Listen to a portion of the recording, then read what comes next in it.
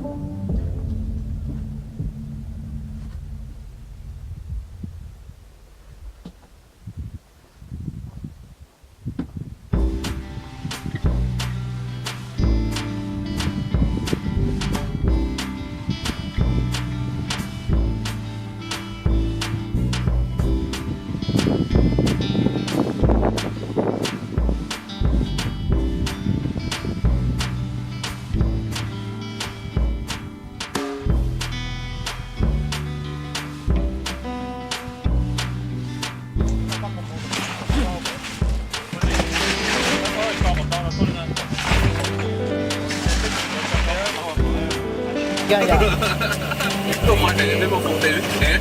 Vì để của tôi cái lập gì hết sức không? Rất là sâu cái này. Rồi. Chỉ để cho chứ. Ta hả? Con ở lúc nửa đến đi. Giờ mình đang nhón cái này với bỏ lại. Có bỏ lon ngoài cho bỏ.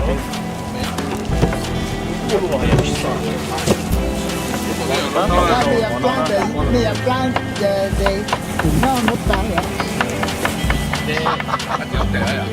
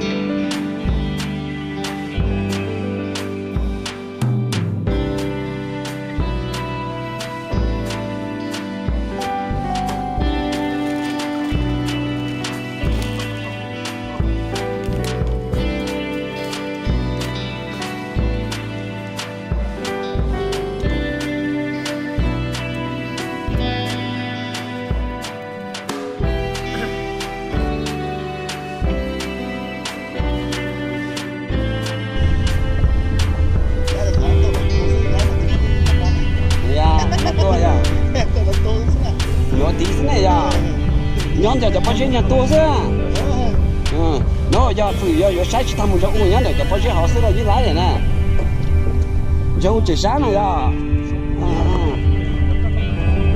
nhớ cái này họ xí nữa cái họ mới nhớ cha họ nhá bông cha họ xí nữa mấy tàu cái tàu nó bị uống lần phải nó tiêu luôn cho đây nơi cái màn có phải nhớ về tao